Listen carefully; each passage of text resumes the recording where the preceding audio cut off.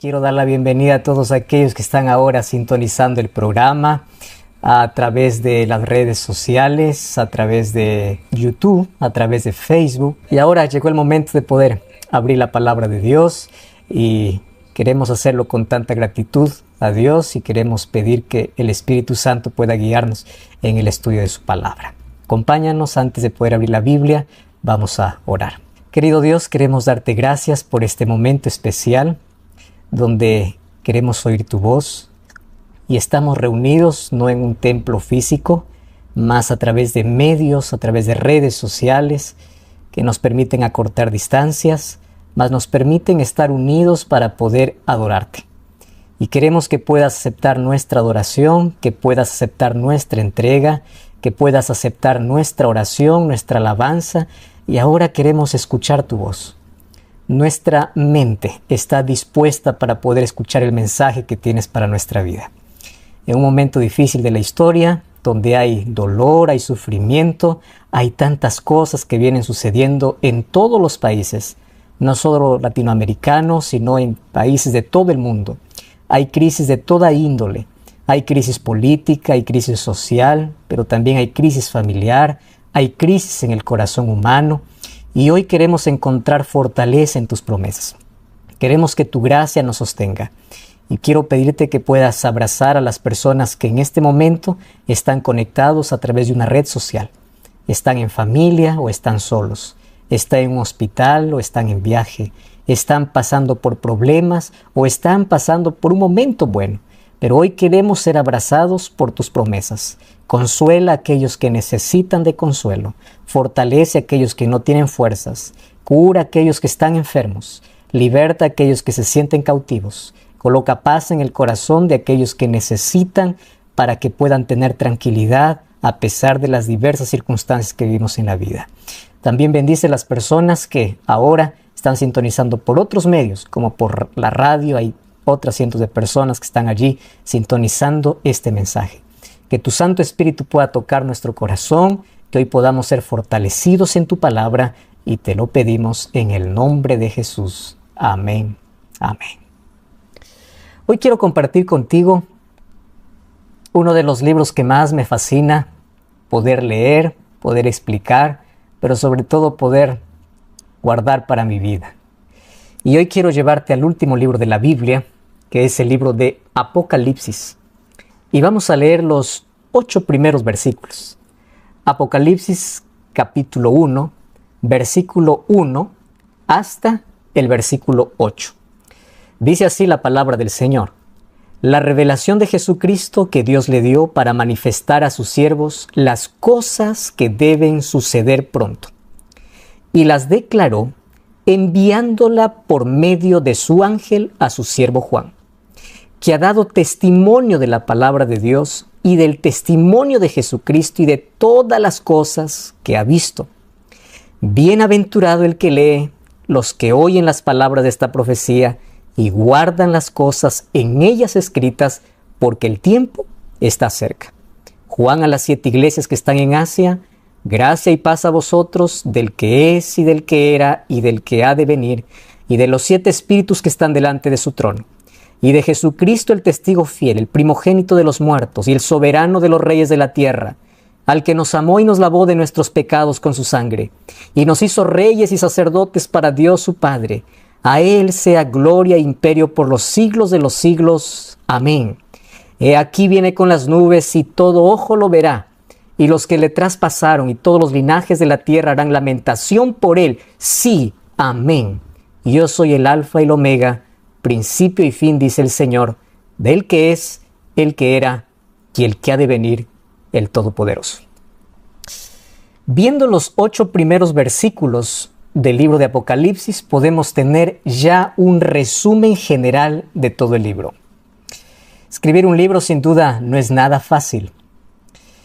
Sin embargo, cada escritor bíblico, siendo guiado por el Espíritu de Dios, colocó diferentes maneras de poder llamar la atención de cada lector. Solo que cuando llegamos al libro de Apocalipsis encontramos que es un libro escrito de manera particular. Número 1, porque es para el tiempo del fin. Quiere decir que es el libro que tenemos que leer hoy con más urgencia. Es el libro que nos ubica en qué parte de la historia estamos. Es el libro que puede traer esperanza para la familia, esperanza para un mundo quebrado, esperanza para una vida destruida, esperanza para un cristiano desanimado. Apocalipsis es la revelación máxima de Jesús mostrada para uno de sus discípulos, a quien él se considera el discípulo amado. Si ustedes revisan lo que escribe Juan, Juan no solamente escribe Apocalipsis, Juan escribe el Evangelio de Juan, 3 cartas, que es primera, segunda y tercera de Juan, y el libro de Apocalipsis. Lo que resalta Juan en sus cartas y en su Evangelio es Cristo. Cristo en su esplendor, de amor, de poder. El Evangelio de Juan lo escribe bajo 7 milagros para mostrar la divinidad y el poder de Cristo. En las cartas explica de qué manera retribuimos nuestro amor a ese gran amor que es Jesús. Y el libro de Apocalipsis tiene un giro en la manera de cómo él escribe, pero antes tenemos que entender el contexto. Porque este es un libro particular al cual muchos tienen miedo. Tienen miedo a abrir sus páginas porque tienen un concepto equivocado. Y para eso veamos un poco en qué momento se escribe este libro. En el año 96 o 95, 96 después de Cristo, aparece Juan como el último discípulo de Jesús que aún está vivo. Todos los otros discípulos de Jesús ya han muerto, y han muerto bajo las peores circunstancias. Algunos fueron echados al mar, murieron ahogados, otros fueron decapitados, otros fueron crucificados, como el caso de Pedro, que murió crucificado cabeza para abajo. Cada discípulo pasó por difíciles momentos y ninguno de ellos tuvo una muerte en paz, una muerte tranquila. Y todos ellos dieron su vida por causa de su fe. Dieron su vida por causa de ese Cristo con el cual habían caminado, con el cual habían vivido, con el cual habían conocido, habían presenciado su poder y sus milagros. Así que el sufrimiento para ellos fue parte de su experiencia, pero mayor era su amor por Jesús a renunciar su fe por Jesús. Y ahora entre el año 95 y 96 después de Cristo, queda Juan como el último discípulo. Y allá en el imperio quien está gobernando es Domiciano. Domiciano tenía un odio fatal, un odio terrible contra todos aquellos que eran cristianos. Y ese odio los llevó a comenzar ya las persecuciones que ya se habían venido dando desde hace algún tiempo atrás, pero ahora vino la persecución de manera más severa. Muchos discípulos de Jesús fueron muertos en este periodo, pero aún quedaba uno que no le gustaba ver, uno que no le gustaba escuchar, uno que sabía que todavía, a pesar de su avanzada edad, tenía una fe inquebrantable. Los años iban pasando, pero su fe iba cada vez renovándolo. Y ese era Juan. Entonces, Domiciano condenó para que Juan pueda ser muerto como los otros. Pero en la providencia divina, él no fue ejecutado como los otros. Él no fue decapitado, no le cortaron la cabeza como a los otros. Dice la historia bíblica los registros históricos que Juan fue echado o lanzado a un perol de aceite hirviendo. Yo no sé si alguna vez te quemaste con aceite. Apenas una pequeña chispa de aceite puede causar tanto dolor, tanta inflamación, puede causar tanto dolor. ¿Tú te imaginas haber sido lanzado a un perol de aceite? Claro que tuvo sufrimiento, mas Dios le dio la fortaleza necesaria y aún así no murió. Por eso es que lo sacaron de allí, que por providencia y milagro de Dios todavía continuaba vivo. Y entonces Satanás planificó una peor muerte para este hijo del Señor, para este discípulo del Señor. ¿Y cómo Satanás quiso acabar con Juan? No como los otros. Él dijo, yo con Juan voy a verlo morir lentamente, diariamente. ¿Y cuál era la estrategia del enemigo? Que Juan pudiese morir en la soledad, que Juan pudiese ser enviado allá donde se envían los criminales para cadena perpetua. Y esa cárcel quedaba en una isla que era la isla de Patmos. La isla de Patmos, para el tiempo de Juan, era la isla más peligrosa. Nadie podía escapar de allí. El mar, embravecido, levantaba sus olas que parecía tragar la roca, aquella isla. Cualquier persona que va a esa isla, que iba a esa isla, no podía descansar una noche tranquilo. Era morir de insomnio, era morir en la soledad. Y aunque él ya está anciano, Satanás dice, este va a morir lentamente, porque fíjate, la soledad te puede llevar a otras enfermedades mentales. La soledad puede ser la causante para que una persona pueda entrar en depresión. La soledad puede ser causante para poder uno en algún momento sentirse tan abandonado y optar por el suicidio. Nosotros hoy estamos aislados, es verdad, por una pandemia, pero no estamos completamente solos. Tenemos una familia que es el soporte, y aunque hay personas que inclusive en esta pandemia estuvieron o se sintieron abandonados por todo el mundo y hoy están lidiando, están luchando contra alguna enfermedad mental, y una enfermedad mental puede destruirte lentamente, acabarte a los pocos. Cada día sientes que te vas, que te apagas, nada tiene sentido. Una enfermedad mental es terrible porque es un sufrimiento, no es una herida externa que tú puedes colocar una medicina, que tú puedes curar, que tú puedes vendar. Las heridas internas y los sentimientos de soledad son terribles. Entonces Satanás planifica y dice, es allá donde tiene que morir él. Y él va para allá, y una de las cosas que me pregunto es, ¿por qué Dios no lo impidió? ¿Acaso Dios no podía manifestar su poder? Claro que podía, pero a veces Dios en su soberanía y en su omnisciencia divina permite que el sufrimiento llegue a nuestra vida, y aunque Satanás lo mande para destruirnos, Dios lo puede cambiar para mostrarnos su gloria, su propósito, para decirnos que Él no nos abandona. Y quiero que imagines un anciano completamente solo y solitario en una isla que parece que es tragada por las olas del embravecido mar. Todos los días tiene que lidiar con eso. Él sabe que no hay escapatoria de allí. Y allí en la soledad profunda, allí cuando parece que está muriendo lentamente, aun cuando confía en Dios, aparece Jesús. Y aparece Jesús glorificado. Aparece Jesús a mostrarse, a revelarse a Juan para decirle, Juan, no tengas miedo. Yo estoy contigo. Y Apocalipsis 1:18, aparece Jesús para decirle, yo soy el que estuve muerto y ahora estoy vivo. Yo vencí la muerte y en mis manos tengo las llaves del Hades. Yo tengo la autoridad. No tengas miedo. No estás solo, jamás lo has estado. Y ahí en tu isla, allí donde te sientes abandonado, ahí en el hospital donde estás, en la cárcel donde estás, en el lugar donde estás, en tu isla que hoy estás sufriendo, Dios también se aparece para decirte, solo no estás. Yo estoy aquí contigo. Y allí se presenta para Juan el libro de Apocalipsis, que para nosotros llega con ese nombre, Apocalipsis, el último libro de la Biblia. Queridos, si la Biblia hubiese terminado sin Apocalipsis, no tendríamos una revelación completa. Apocalipsis es un libro especial y es extraordinario. Algunos comparan Apocalipsis como un océano, porque todos los ríos desembocan en el océano. Cuando tú lees Apocalipsis vas a encontrar que más de 200 versículos son tomados del Antiguo Testamento. Todos los profetas hablaron promesas lindas que se concretizan en Apocalipsis. Todos los libros históricos y proféticos del Antiguo y del Nuevo Testamento desembocan en Apocalipsis.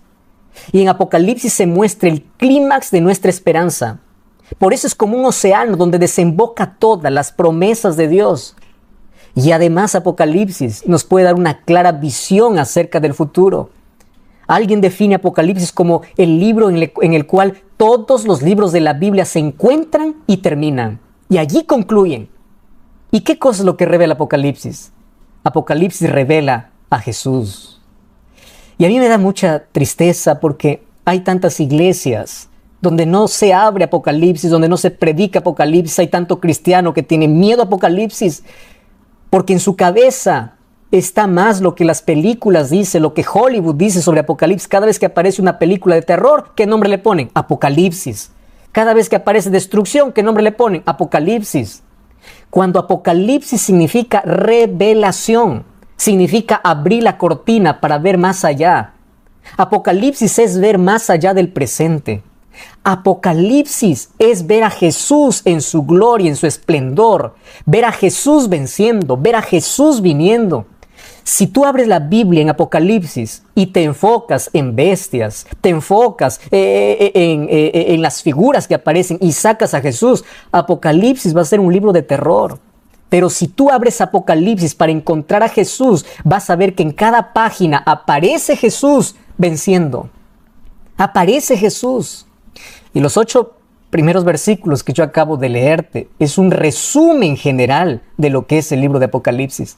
Porque aquí en esos 8 versículos se explica el cómo, el propósito del libro, presenta al autor del libro, describe la naturaleza del libro y el tema principal del libro.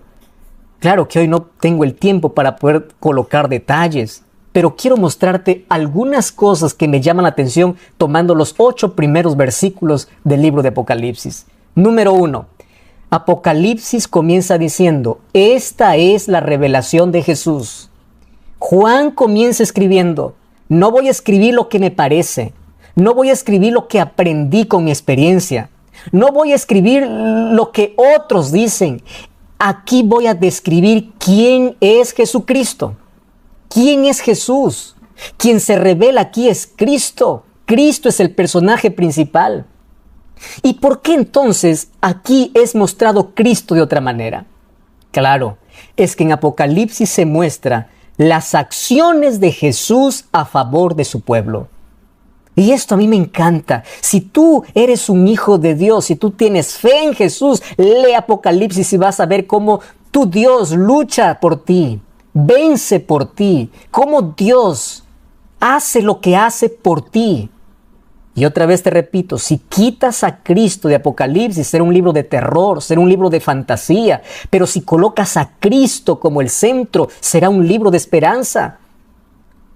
Mira, no existe otro libro en la Biblia que le ponga tantos títulos a Jesús como el libro de Apocalipsis. En Apocalipsis Jesús aparece como la luz, aparece como el novio, aparece como el esposo. En Apocalipsis Jesús aparece como el pastor. En Apocalipsis Jesús aparece como el león de la tribu de Judá. En Apocalipsis Jesús aparece como el cordero.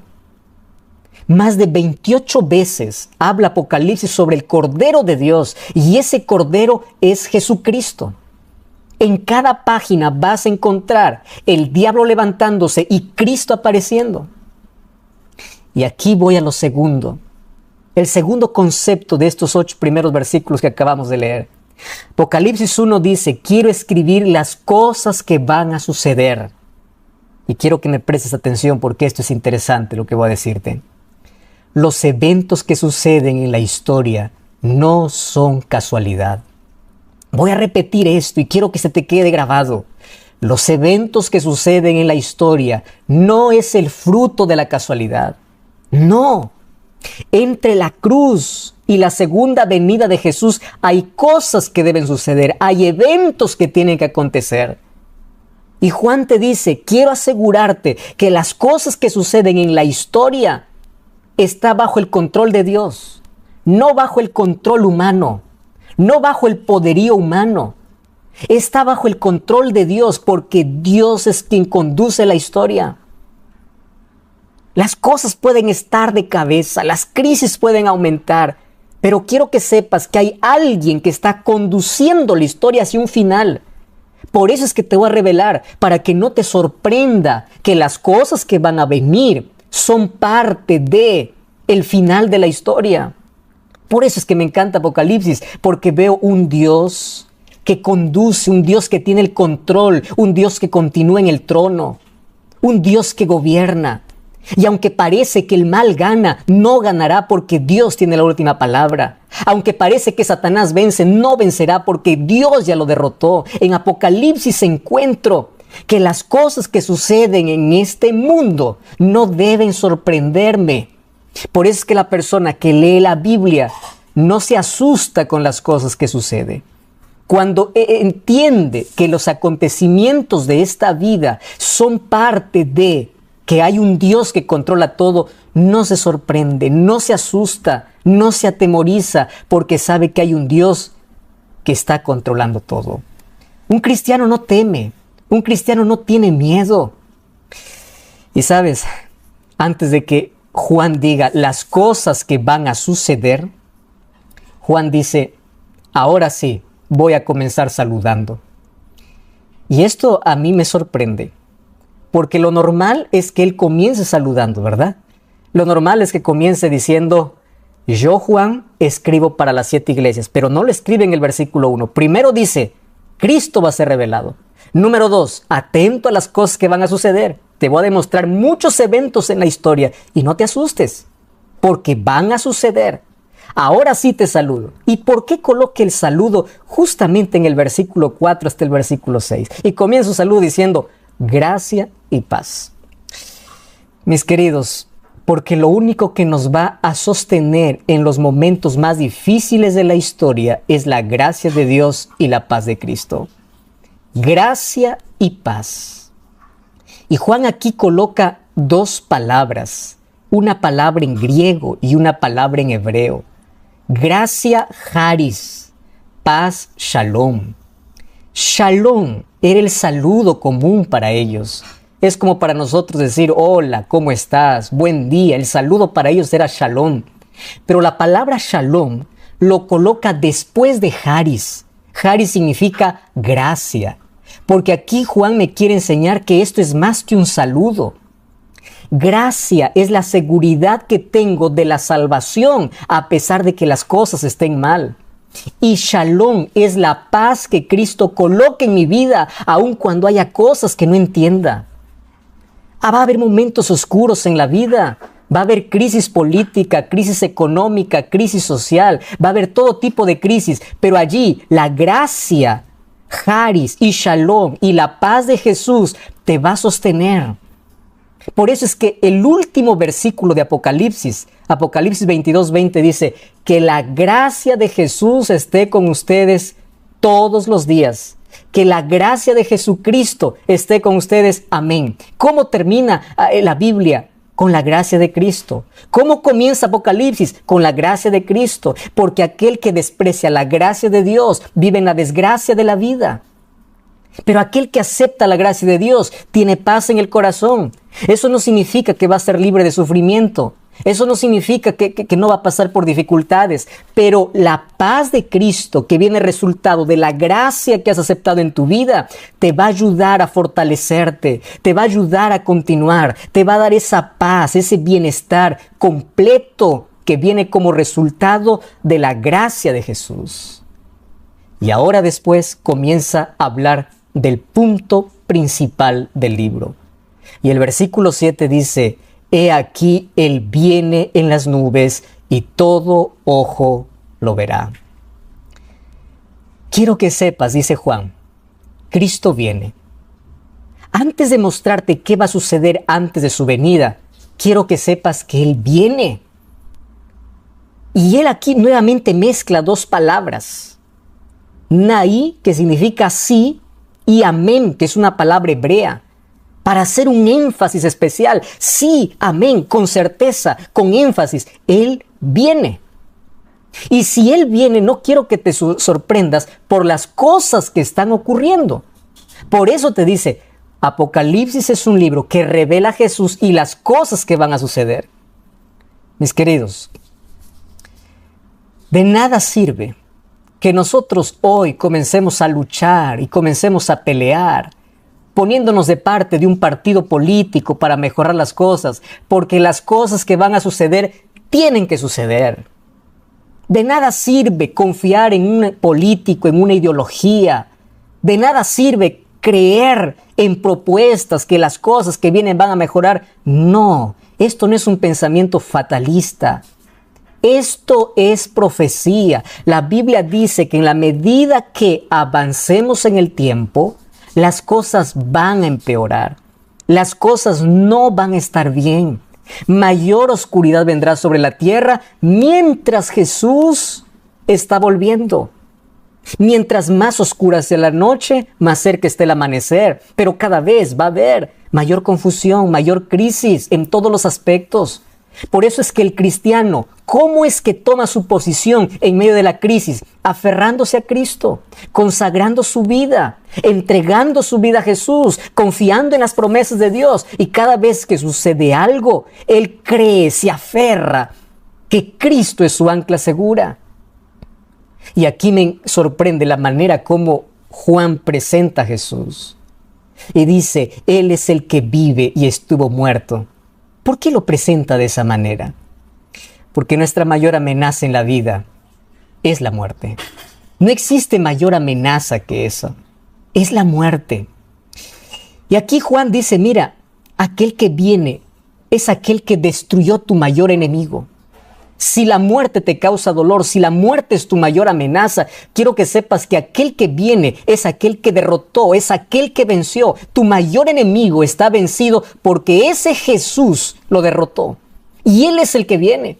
Y después te va a mostrar lo que va a ocurrir antes de la venida de Jesús, y es el gran conflicto. Porque vivimos en un conflicto donde cada vez aumenta. Hay dos poderes luchando por la supremacía humana.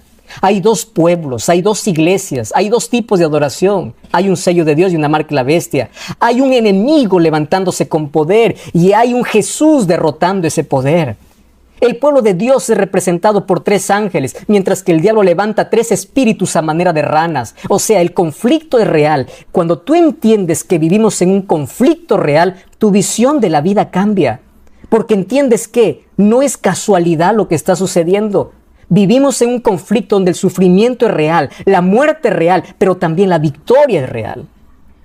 Y sabes que Apocalipsis presenta 7 bienaventuranzas. ¿Recuerdas que Jesús presentó 5 bienaventuranzas en el libro de Mateo? ¿Cuál es la diferencia de las bienaventuranzas de Mateo con las bienaventuranzas de Apocalipsis? Las bienaventuranzas del libro de Mateo es que Jesús allí nos quiso enseñar cómo debe ser el carácter del ser humano. Y el ser humano debe comenzar siendo humilde. Por eso dice, bienaventurados los pobres en espíritu. Bienaventurados los pobres, aquel que reconoce su pobreza espiritual. Bienaventurados los que lloran porque están arrepentidos. O sea, ser manso, tener limpio el corazón, ser pacífico es el resultado de humildad, reconocimiento y arrepentimiento. En cambio, en Apocalipsis encontramos 7 bienaventuranzas que nos dicen, tú puedes ser profundamente feliz. La palabra bienaventurado es makarios, que significa profundamente feliz en medio del dolor. Lo que te va a mantener en medio del sufrimiento y del caos político, social de este mundo es makarios, feliz. Vas a ser, nadie va a robar tu felicidad porque no está en un ser humano, no está en un pastor, no está en una iglesia, no está en un político, no está en lo que diga alguien. Tu fe, tu felicidad va a estar amarrada y va a estar sustentada en la promesa de Jesús. Y allí dice, bienaventurados, la primera bienaventuranza de Apocalipsis, los que leen, los que oyen y los que guardan. Cristo quiere bendecir tu audición. Bienaventurado lo que oyes, pero de nada sirve que oigas y no hagas. De nada sirve que leas y no hagas. Felices los que oyen, leen y guardan. Oír no es simplemente escuchar. Sabes que en la Biblia, en Apocalipsis especialmente, encuentro varias veces el término el que tiene oídos para oír, oiga. Presta atención a aquello que Dios quiere decirte. Yo no sé si alguna vez mientras estabas cambiando de estación radial de una radio para otra, te encontraste en medio con una interferencia. Ese sonido molestoso, ¿verdad? Cuando estás buscando alguna radio, ese shh tan molestoso. Y a veces cuando no se sintoniza bien, no se entiende bien, parece que va y viene. Nuestra mente a veces funciona así.